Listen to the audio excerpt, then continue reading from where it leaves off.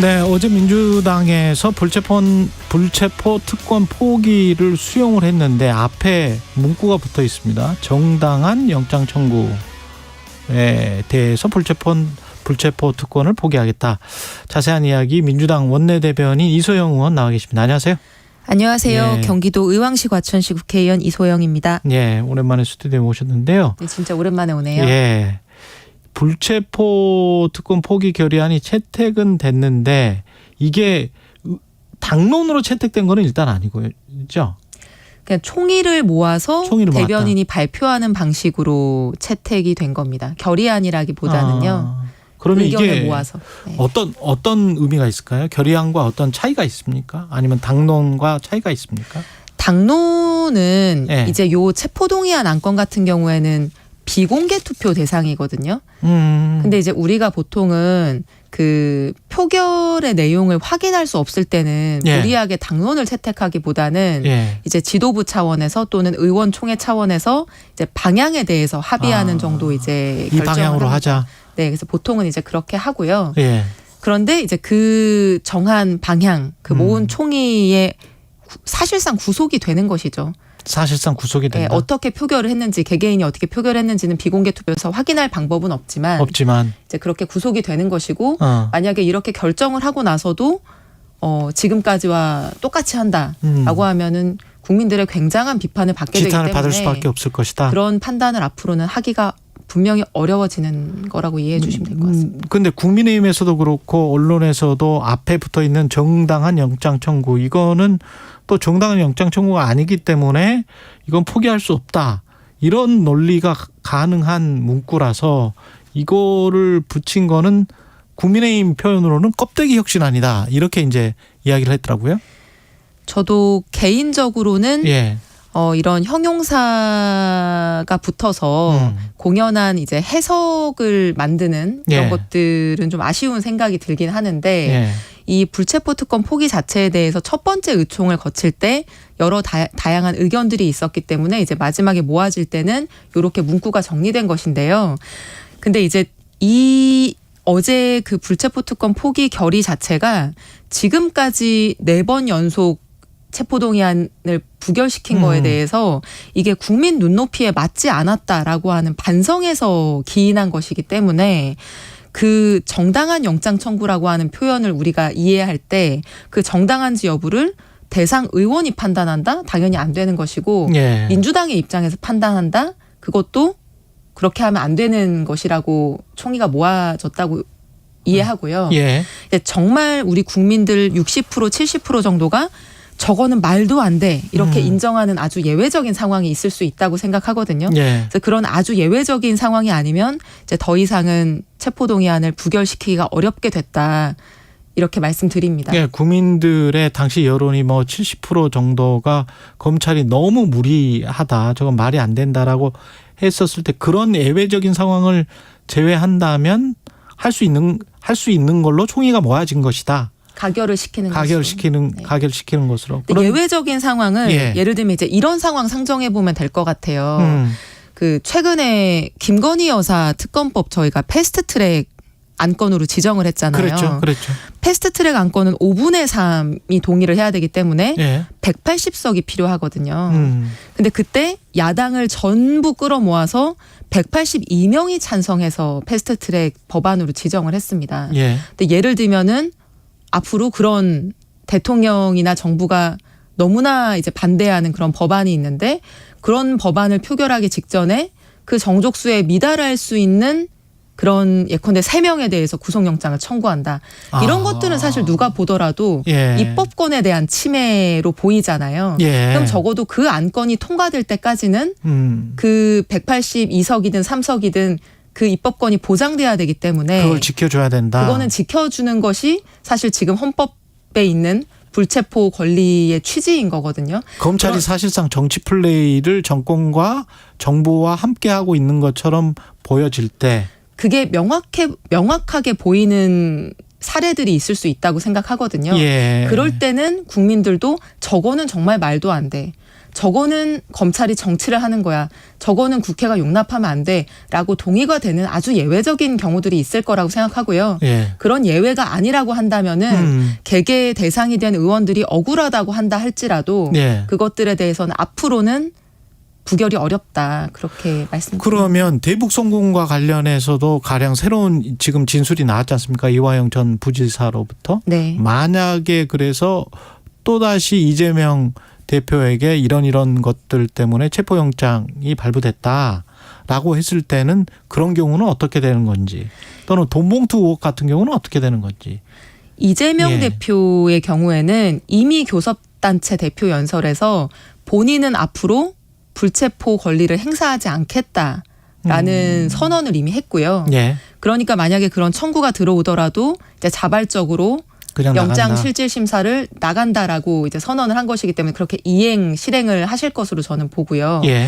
돈봉투 의혹 사건의 경우에도 이제 이 사건 같은 경우에는 이미 여론의 판단이 어느 정도 내려졌고 그렇죠. 예. 기존의 윤관석 이성만 의원에 대해서 체포동의안이 부결된 것에 대해서 그 민주당이 헌법상의 불체포 권리의 취지에 따라서 이걸 선용한 거냐라는 거에 대해서 악용한 거냐, 선용한 거냐. 네, 국민들의 따가운 비판이 있었던 것이고 그게 이번 결의까지 이어진 것이기 때문에 돈봉투 사건에 대해서는 설사 추가적인 국회의원 구속영장 청구가 체포영장 청구가 들어온다고 하더라도 그거는 뭐 정당하지 않기 때문에 우리가 부결한다 이런 논리가 성립될 수 없을 것이라고 저는 봅니다. 예, 명락회동이 또 미뤄졌는데 네. 수해로 인해서 연기됐다. 네. 뭐 일견 그럴 듯하게 들리기도 하지만 한쪽에서는 뭔가 지금 삐그덕거린다.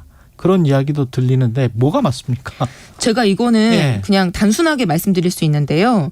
지금 물난리가 나서 막 수해 때문에 다들 굉장히 예. 정신없는 상황인데 명락해동에 국민들이 관심이 없으십니다. 그러네. 네. 예. 그리고 관심이 이제 없다. 관심이 없는데 만날 이유가 좀 정리가 된 다음에 만날 수밖에 없다. 그리고 예. 관심이 있는 분들도 예. 이제 명락회동이 성사가 되면 굉장히 화기애애하고 반갑고 기쁜 이런 모습을 기대하실 텐데 지금 이렇게 전국이 물난리가 난 상황에서 두 분이 만나서 화기애애하면 안 되지 않겠습니까? 저는 미루는 게 당연하다고 생각합니다. 모양새도 그렇다. 예. 혁신위는 어떻게 될 거라고 전망하세요? 혁신위는 일단 이제 1호 혁신안이 어찌 됐든지 간에 오래 걸리긴 했지만 이제 받아들여진 것이기 때문에 이제 2호, 3호 이렇게 해서 이제 계속 혁신안이 나올 것이라고 보고요. 근데 다만 이제 그것이 혁신위가 제안한 것이 모두 당에서 받아들여질 것이냐 하는 거는 저는 내용에 따라 다를 거라고 봅니다. 지금 혁신위 대부분의 이제 위원들이 외부 위원이신데 사실 이제 민주당의 환부를 도려낸다, 수술한다, 치료한다라고 했을 때 그 수술 부위를 제일 잘하는 거는 사실 조직의 내부 구성원이거든요. 예. 근데 다만 조직의 내부 구성원은 그 냉정할 수가 없기 때문에 우리가 지금 그 구성원들한테는 이 혁신을 맡기지 않는 것인데요. 이제 만약에 엉뚱한 곳을 수술하겠다. 이제 이렇게 나온다고 하면은 경론이 벌어지고 다양한 이견들이 제시될 수도 있겠죠. 근데 그런 토론의 과정 자체가 저는 의미가 있고 이번 불체포 권리를 내려놓는 이제 안건이 통과된 것처럼 예. 이제 그런 토론의 과정을 거쳐서 합당하고 국민 눈높이에 맞는 혁신안들은 당에서 당연히 받아들이게 될 거라고 생각합니다. 결국은 공천혁신과 관련한 것들이 최대 쟁점이 되지 않을까요? 제가 너무 멀리 갔나요? 지금 총선 직전이고 예. 또 김은경 혁신위원장도 이제 다른 인터뷰에서 공천 룰에 대해서도 검토하고 있다. 그렇죠. 그것도 내용이 돼야 된다고 얘기하고 있기 때문에 예. 혁신안으로 제안이 나올 것이라고 봅니다. 그때 무슨 대의원 제도랄지 지금 막 논란이 되고 있는 것들을 같이 이야기를 하면 또 다른 어떤 논란이 휩싸이지 않을까요? 내분에 휩싸이지 않을까요? 당에서? 내분이라기보다는 예. 필요한 사안들에 대해서 예. 묵혀져 있던 토론들이 시작이 되겠죠. 시작이 되고 네. 예. 정리가 될 것이다. 네. 갈등이 있어야 뭐 정리가 되겠죠. 근데 잘못하면 이제 너무 그게 원심력으로 작용할 수도 있을 것 같고 수해 관련 이야기하고 양평 이야기도 좀 해봐야 되는데 네. 수해 관련해서는 여야정 TF를 민주당이 제안을 했습니다. 네. 예, 이게 만약에 국민의힘이 받아들이면 어떤 단계로 진행이 되는 겁니까? 일단 이제 여야정 TF 제안한 거는 예. 이게 이제 이런 큰 재난이 발생하면 여당, 야당 이제 각각 따로따로 막 대책을 강구하거든요. 예. 그럼 이제 각자의 선명성이 또 정당에선 중요하기 때문에 이것들을 조율하고 협상하느라 시간이 다 갑니다. 근데 이제 피해 회복의 핵심은 속도잖아요. 예. 그렇기 때문에 여야가 따로 대책을 마련하고 이거를 조율하느라고 이제 힘 빼지 말고 차라리. 애초에 예. 대책을 만들 때부터 그냥 이거는 정쟁하지 말고 여야 구분 없이 같이 좀 만들자. 그래서 빠르게 좀 이렇게 피해 회복을 하자라는 취지고 이제 저희가 원래 이번 주 월요일에 양평고속도로 관련해서 이제 국토위 현안 질의 같은 것들이 예정된 것도 그랬었죠. 예. 전부 지금 이제 다음 주 이후로 미룬 상황입니다. 예. 그래서 이제 수해 회복에 집중해야 되는 단 이제 얼마의 기간만이라도 여야를 나누지 않고 정쟁을 하지 않고 좀 이 문제에 머리를 맞대자는 취지로 제안을 했습니다. 근데 대통령은 국무회의에서 이권 카르텔 보조금을 환수해서 그 돈으로 수해 복구를 하겠다라고 이야기를 했는데 그 이권 카르텔과 수해 복구 이게 어떻게 매칭이 된다고 생각하십니까? 매칭이 안 되죠. 매칭이 안 됩니까? 이권 카르텔 얘기를 하시는 거 보고 네. 참 이 재난 와중에도 자기 하고 싶은 얘기만 하는구나 하시는구나 이런 생각이 들었고 이게 재난에 대해서 지도자가 좀 공감 능력을 보여야 되는데 이제 이런 얘기 하는 거 보면서 좀 답답했고요. 그 무슨 이권 카르텔에 대한 보조금을 폐지하고 환수해가지고 그걸로 재난을 지원하겠다 이제 이런 말씀인데 이게 일단은 대통령께서 평생 이제 검사만 하시고 나라 살림을 살아보지 않으셨기 때문에 이걸 잘 모르시는 것 같아요.